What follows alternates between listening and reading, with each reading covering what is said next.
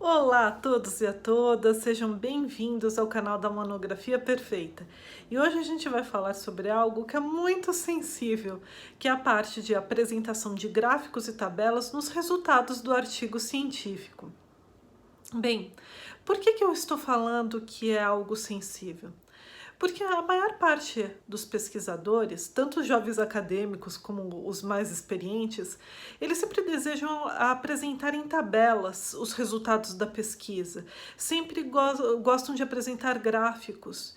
E isso não tem problema nenhum, ao contrário, até se espera, porque quando você apresenta gráficos, tabelas, você permite uma melhor visualização de determinados dados. Por exemplo, ao invés de ficar numa narrativa vários dados que unidos permitem com que você chegue a determinada conclusão, numa tabela muito mais fácil, você consegue vê-los todos reunidos em uma sequência.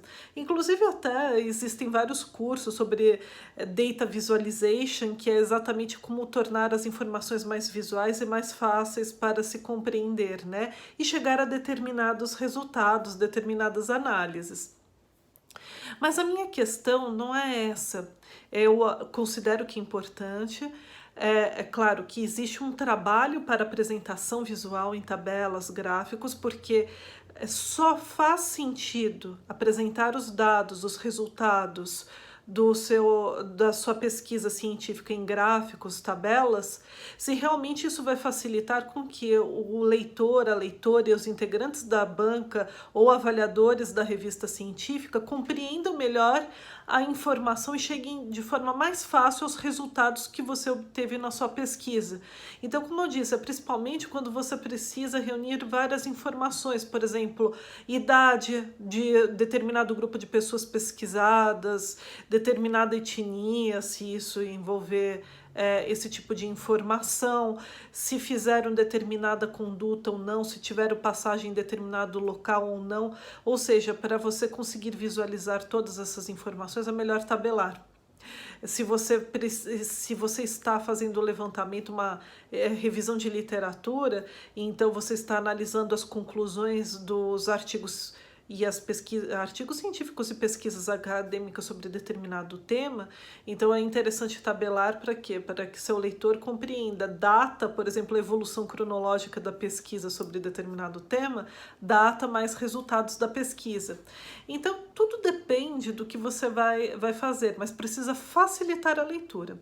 E uma coisa que eu quero falar para vocês que estão me escutando hoje é: não cometam o erro de repetir o que está na tabela. Eu vejo que muitas pessoas fazem a tabela, fazem o gráfico e depois repetem a mesma coisa que as pessoas concluem no gráfico, na tabela.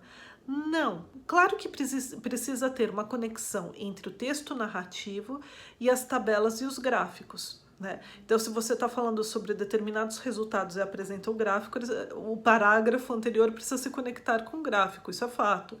Mas não pode ser a mesma coisa, a sua análise precisa ser algo diferente do que é apresentado no gráfico, na tabela. Você pode falar, bem, com base nos resultados verificados neste gráfico ou apresentados nesta tabela, podemos concluir também. Então aí você escreveu o seu parágrafo. Então você está pegando o resultado que o seu leitor está vendo na tabela e no gráfico e está dando a sua análise e concluindo o que esses resultados apresentam, apresentados na tabela ou no gráfico, o que esses resultados podem contribuir para as suas conclusões. Então aí tudo bem. Um erro também muito frequente, e é uma pergunta muito frequente dos jovens pesquisadores, é: eu posso fazer e apresentar os resultados só em gráficos e tabelas? Poder pode, mas não é recomendado. Precisa ter um pouco de texto escrito, uma narrativa, algo mais depurado, porque parece que só apresentando tabelas e gráficos é como se você estivesse jogando a informação. Existem muitos artigos científicos que vocês vão ver só em apresentação de tabelas e gráficos.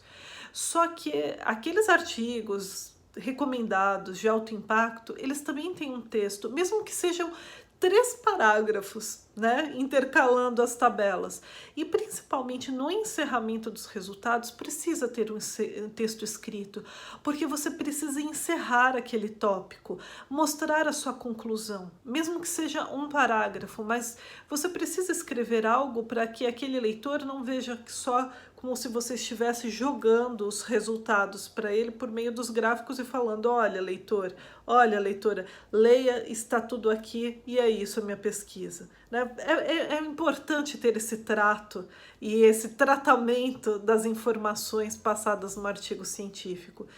E se tudo estiver explicado em gráficos e tabelas, faça um parágrafo encerrando esses resultados e dando um arremate em relação à conclusão verificada por você por meio dos resultados demonstrados na tabela e ou nos gráficos. Combinado? Então, não encerrem com uma tabela o tópico de resultados. Terminem com um parágrafo, com uma narração sua. E lembre-se, parágrafo é uma unidade de pensamento, não é um parágrafo de uma linha. É um parágrafo articulado, permitindo que você conecte os resultados com as suas conclusões, explicando e fundamentando, certo? Então, não dá para fundamentar, para construir uma ideia, uma conclusão, escrevendo só uma linha. Tudo bem? Isso serve muito para tweets, mas não para trabalhos acadêmicos. Isso, inclusive, é uma das técnicas e recomendações da escrita científica. Bem, pessoal, essas são as minhas principais recomendações, dicas para você que está desenvolvendo um artigo científico e geralmente surge essa dúvida em relação a tabelas e gráficos para apresentação dos resultados. Então, sempre lembre, escreva um parágrafo encerrando a apresentação, pelo menos um parágrafo, e nunca repita a mesma coisa que está na tabela no gráfico. O leitor já está vendo, você precisa agregar algo novo, tudo bem? No seu texto. Bem, pessoal, essas são as dicas. Espero que tenha ajudado. Se vocês gostaram deste vídeo, curtam, comentem, compartilhem. Para nós da Monografia Perfeita, como eu sempre ressalto, é muito importante saber a sua opinião, se a gente está no caminho certo, porque o nosso principal objetivo é ajudar você que está iniciando ou já é um pesquisador, uma pesquisadora mais experiente, mas que está nos passos iniciais da sua trajetória acadêmica. Muito obrigada e até o nosso próximo vídeo.